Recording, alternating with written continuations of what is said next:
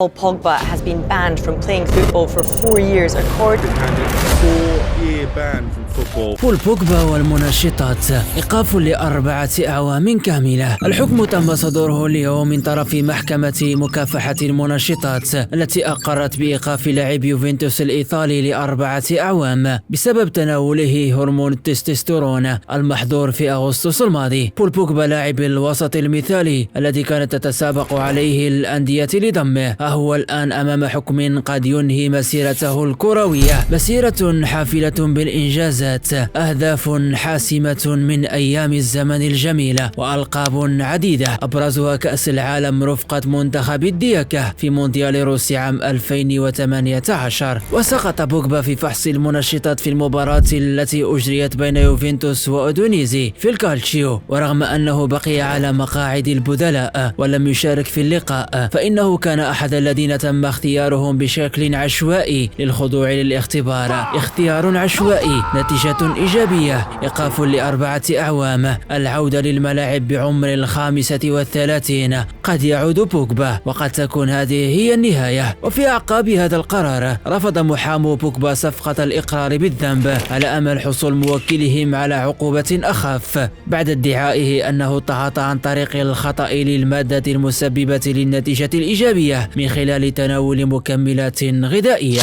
ورفض مكتب الادعاء العام تصديق رواية محامي بوجبا وفرض عقوبة قاسية بحق النجم الفرنسي قد تنهي مسيرته الكروية مبكرا. وأكد بوجبا اعتزامه الاستئناف على الحكم أمام المحكمة الدولية للتحكيم الرياضي أملا في إلغاء التهم الموجهة إليه حتى لا تتأذى سمعته وتتدمر مسيرته الكروية بأكملها. أراكم فيديو قادم بإذن الله. الله المعين.